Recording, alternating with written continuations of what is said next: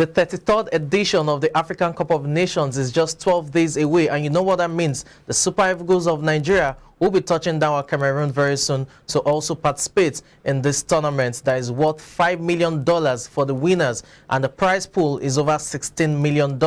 So much money to go around for Africa's biggest competition when it comes to national team football. It's on that note I welcome you to the arena. I'm Samson Lade, and promises to be another exciting edition of the show as we examine the African Cup of Nations. We've begun the countdown, and it's 12 days, as I said earlier, to the biggest showpiece on the continent of Africa, the African Cup of Nations. Let's see if the Super Eagles can go a step further than they did in 2019 when they finished third place and carted home $2 million in prize money for finishing third in the continental piece. This time around, the prize is a bit bigger because whoever finishes third will be going on with $2.5 million and not just $2 million. Now let's get to hear from Nigerians who had their say regards expectations of the Super Eagles and participation at the Nations Cup, as well as their thoughts regards the interim manager of the Super Eagles of Nigeria, talking about Austin Eguavoen. When we return, I'll give you a bit of details regards the African Cup of Nations, especially from the business angle. Do stick around.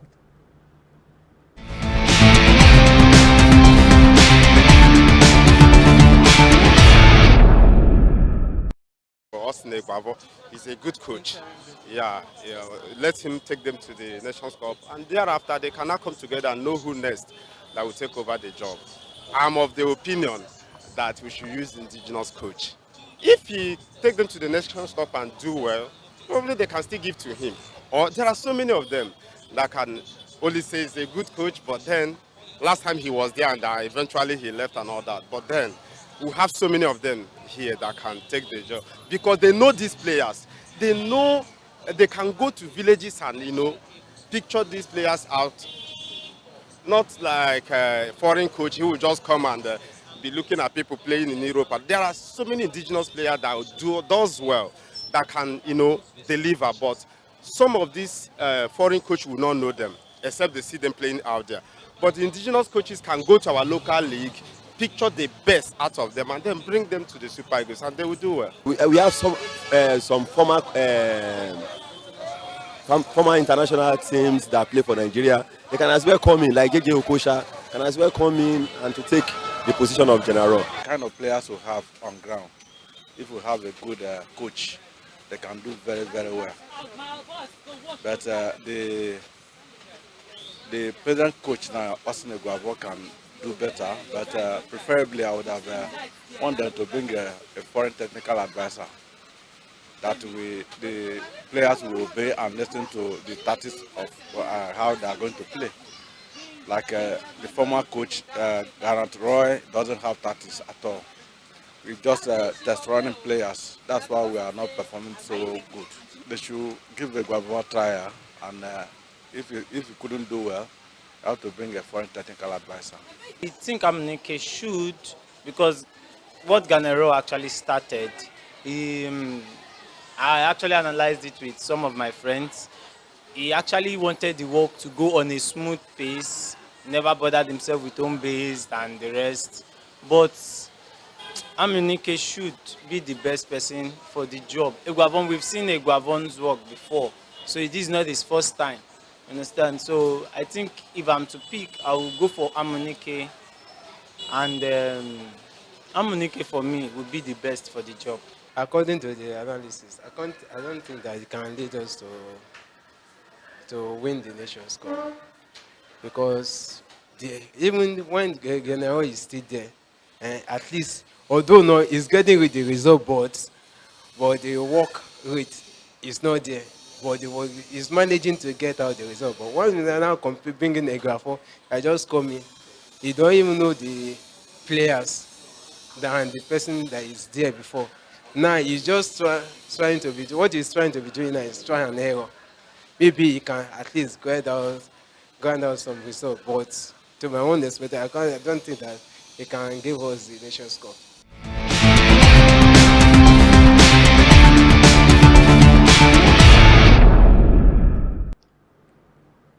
There you had Nigerians expressing their views regarding their expectations for the Super Eagles of Nigeria at the 2022 African Cup of Nations, the 33rd edition. And more importantly, they also had things to say regards who replaces General on a permanent basis and how well Austin Eguavoen can fare on an interim basis. And it must be said that for the Super Eagles of Nigeria, the team list is out for those who prosecute the tie, talking about the African Cup of Nations. And Victor Osimhen, having declared himself fit and resumed training, will join the team as well, which is good news for most Nigerians. You have the regular suspects. Odion Igalo is in the mix. The captain of the side, Ahmed Musa, is also there. And you also have the likes of Emmanuel Dennis, who is also drafted. Ogenekare Etebo is missing out due to injury. The Stoke City loanee at Watford pulled up injured, just 2 weeks back, and that means he would miss out at the Continental Showpiece. But every other regular suspect you can think of when it comes to the Super Eagles of Nigeria, they're all there, even down to the goalkeepers, Maduka Okoye,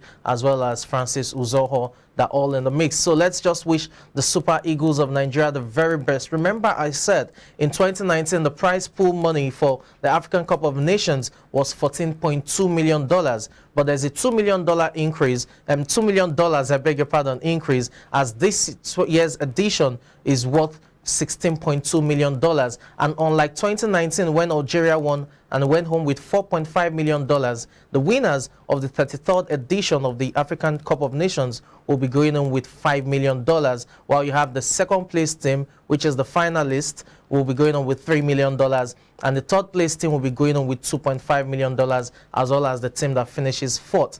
The quarterfinalist will go home with $800,000. So there's so much money when it comes to the African Cup of Nations. And I must let you know that the Confederation of African Football, CAF, has given all the participating teams $260,000 as for some form of preparatory allowance to ensure that teams prepare well. And that's because CAF understands that some federations are not financially buoyant enough to prepare for the Continental Showpiece as they should. So $260,000, all participating teams have received it as we speak.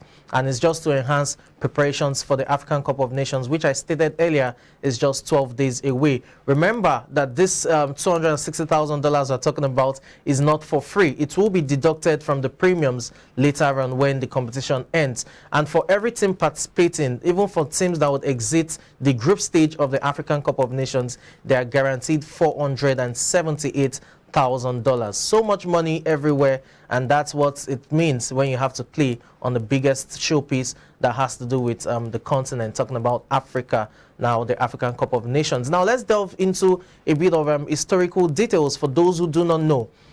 The trophy, yes, the African Cup of Nations trophy, we've had 3 different trophies, it must be said. The first was made of silver, and that was named after the first CAF president, Egyptian Abdelaziz, and it was Ghana who kept that trophy. So if you go to Ghana right about now, I'm sure you'll find that African Cup of Nations right there, in their museum, as it were, because they were the ones who won that trophy for the first time, talking about being 3-time champions, and they took that home. They had the rights to take it home. In 1980, there was a new trophy, and which had a silver base as well. And up until 2000, that trophy was in place. It was known as the African Unity Cup. And it was Cameroon who took that home in year 2000 after defeating Nigeria. That's one final most Nigerians want to remember, talking about the African Cup of Nations 2000. Remember, we lost on penalties. Victor Ikpeba's penalty that hit the crossbar. Did it cross the line? Didn't it cross the line? I'm sure now where there's, goal line technology,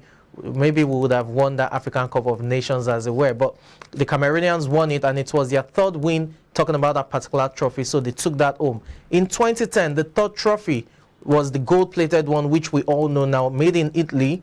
And the Egyptians won that as well. They won it 3 times on the trot, from 2006 when they hosted down to 2010. And by 2010, they had the rights to also take that home. So there you have it, talking about the historical details of the African Cup of Nations. Now, let's just hope that the showpiece itself, gives us competitive matches as it were. Remember, on the show, on the arena here, we would continue our countdown. Today makes it 12 days to the African Cup of Nations, and by tomorrow, we'll continue with more details when it comes to the African Cup of Nations. Now, still talking football, let's move away from the continent to European club football. And Yesterday night, it was Manchester United against Newcastle United at St. James's Park. And it's had to do with the brilliance of David De Gea to rescue United, talking about getting a point from there. Although Edison Cavani came off the bench to score the equalizing goal for United, it was all down to the brilliance of the Spaniard, talking about the goalkeeper David De Gea, who pulled out over 4 world-class saves to deny Newcastle United a famous win over Manchester United. So you have to give it to the Oris men that's still down 19th, and the match also came at a cost for Newcastle United, talking about injury worries as 2 of their key players were out injured yesterday, talking about Callum Wilson, the striker, who is out and should be missing action for some months. There's no specific time frame when he would return, but the coach, the Ora, has described it as he will be missing actions for a few months. So let's hope it's nothing serious, maybe 2-3 months, and he should be back on the field of play. There's also the goal scorer Alexander Saint Maxim, who also pulled up injured yesterday. So injury crisis for Newcastle United, and it's not looking good. They have new owners, talking about the Saudi-led consortium, the richest owners in world football, over £320 million worth. But when it comes to results on the field of play, that hasn't changed, and it has to change as quickly as possible. So let's see. But for United, it's another frustrating points that were dropped, talking about the 2 points dropped at St. James's Park. And Ralph Rangnick still has work to do. Remember, it's a rebuilding process, and let's see if United will still push for a top 4 finish at the end of the season. Hopefully, they do not reel the chances they've made, slip from the match itself. We'll go on a quick break right now. When we return, the show continues. Please do stay tuned.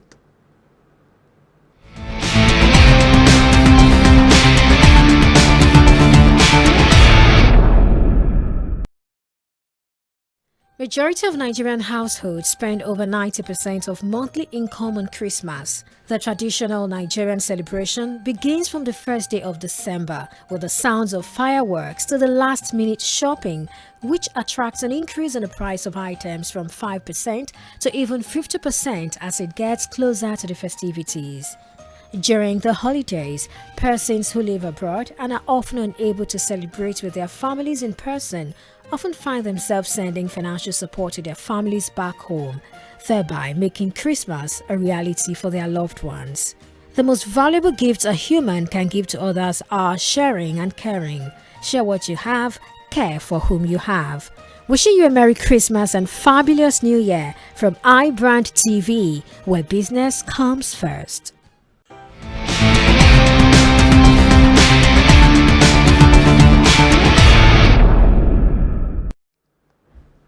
Thanks for staying tuned. It's still the arena right here on iBrandTV. Now let's talk about the biannual FIFA World Cup plans, which is still causing controversy.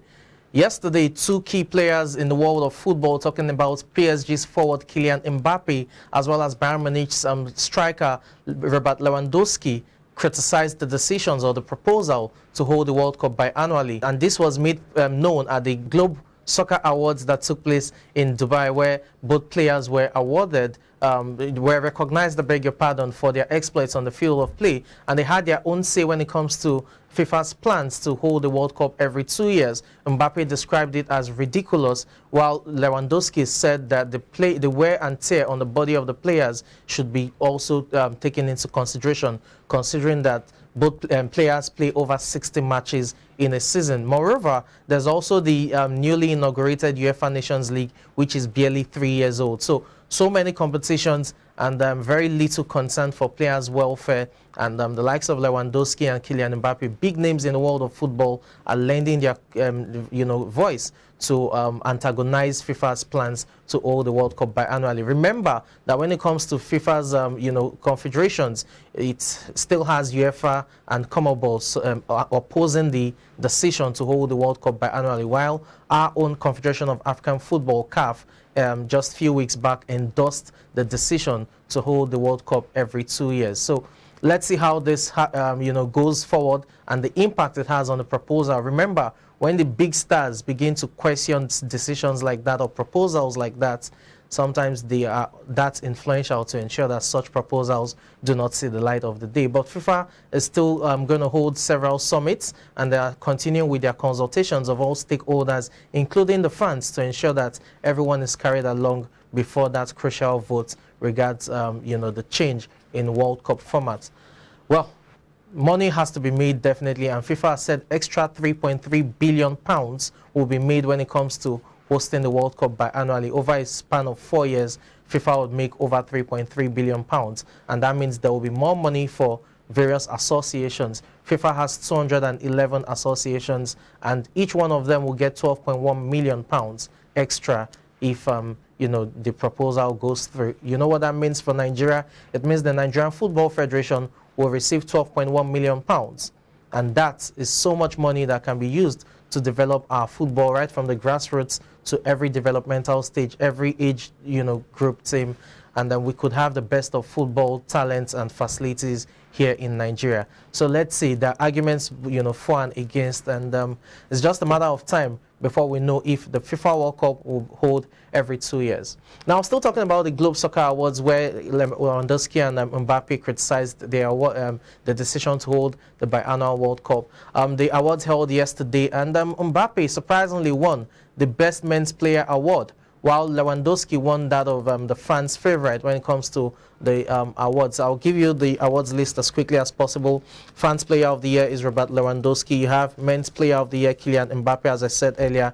Lewandowski also won Maradona Award, which is newly inaugurated.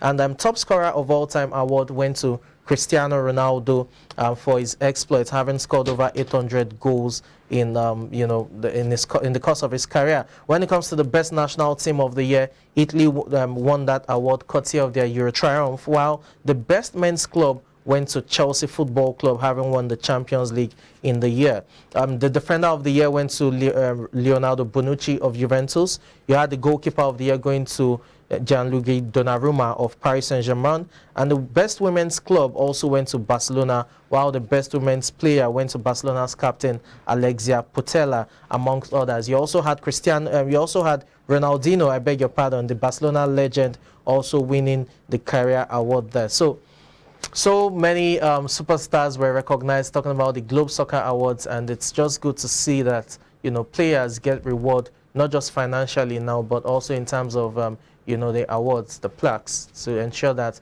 their efforts on the field of play is recognized and rewarded. Now let's move away from there quickly to the Premier League. We're still talking football, and we have to delve quickly to today's matches. Quite a handful of them have been postponed. Remember, Arsenal's match has been postponed, but you have the big one, Leicester City against Liverpool. That's still holding, and you know what it means. Leicester City have been struggling, and right about now they're not in good form, having lost to Liverpool on penalties last week during the Carabao Cup quarterfinals. They lost scandalously to Manchester City over the weekend, conceding 6 goals.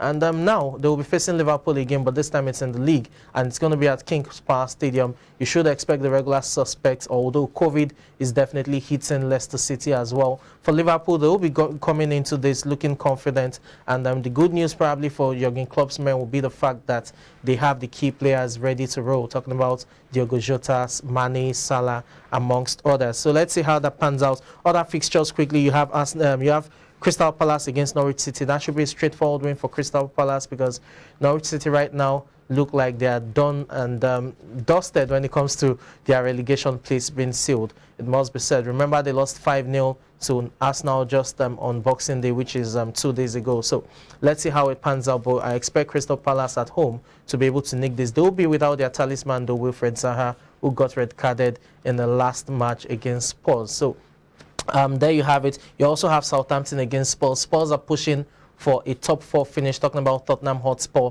and this time around they'll be traveling to Southampton to face a side that is also struggling. And you get the feeling that the likes of Kane, Lucas Moura, as well as Heung-min Son, who scored all 3 goals for Spurs in their convincing win over Crystal Palace on Boxing Day, will probably be too much of a handful of an opponent for the likes of Southampton's defense line to contain. So that should be a straightforward win for Spurs, talking about the match itself. Let's go on a quick break right now. When we get back, we'll be rounding off the show with a bit of business. To stick around.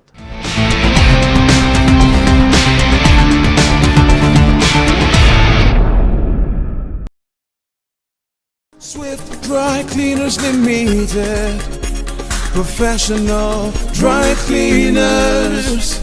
Best in dry cleaning and laundry services that meets the needs of our consumers. Yeah. Swift Dry Cleaners Limited. Swift Dry Cleaners Limited. Swift Dry Cleaners Limited. Swift Dry Cleaners Limited. Yeah. For clean wash and quick delivery. Yeah. Swift Dry Cleaners Limited. Swift Dry Cleaners Limited. Swift Dry Cleaners Limited. Swift Dry Cleaners Limited. For clean wash and quick delivery. Ooh. Swift Dry Cleaners. Clean wash, quick delivery.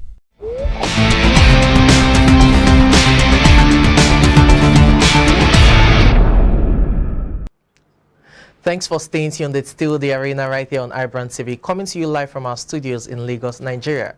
Now it's time to talk about some business, and let's delve into it. Sports betting companies have put down $1.2 billion in acquiring new U.S. customers this year. It shows you how progressive and blooming the business is. With more states and leagues expanding sports betting capabilities, that figure is now expected to reach $2.1 billion in 2022. It just shows you how advanced various sporting clubs and franchises are trying to incorporate sports betting into their various sports. Now 30 states in the US have legalized sports betting in some capacity, it must be said. Only 10, though, of those states have allowed in-person betting, with New York State expected to launch mobile sports betting in January. So it shows you that every state is trying to get into the the pool that sports betting generates when it comes to revenue. Now it would allow up to 6 sports betting commercials per game this season, talking about the NFL. And Turner Sports, which broadcasts the NBA, NHL, the MLB, expects to make more than $400 million of sports betting commercials from likes of DraftKings. You have FanDuel, owner Flutter Entertainment, and that will be over the span of the next 3 years. Now, DraftKings doubled its sales and marketing spending in the first 9 months of 2021. That's from January to September, with over $303.7 million spent in the third quarter, while FanDuel has spent over $1 billion on marketing as of June 30th, and it is said to be the landing spot for 40% of new sports betting customers. Now, still talking business, also in Formula One, Ferrari has signed a multi-year deal with Velas Network, which will with the Swiss blockchain firm, expected to create exclusive digital content for Ferrari fans when it comes to fans of the the Formula One, sport. Now, it must be said that the Velas would also be the title sponsor of the Ferrari Esports Series, as well as the automaker's esports team that will compete in the Formula One Esports Series, which is a digital championship that includes every participant in Formula One's championship. Over the past year, Ferrari has continued to reach and expand and diversify, and the company is set to also sign deals with the likes of Giorgio Armani, and will definitely have more deals coming up. Now, we'll have to end the show here due to time constraint, but thank you so much for joining us and show. To all the production crew who made this happen, I said thank you so much. To you, our viewers, you guys are the MVP, as I often call you. Thank you so much. Till Arena comes your way again, do stay blessed. I'm Samson Oloide.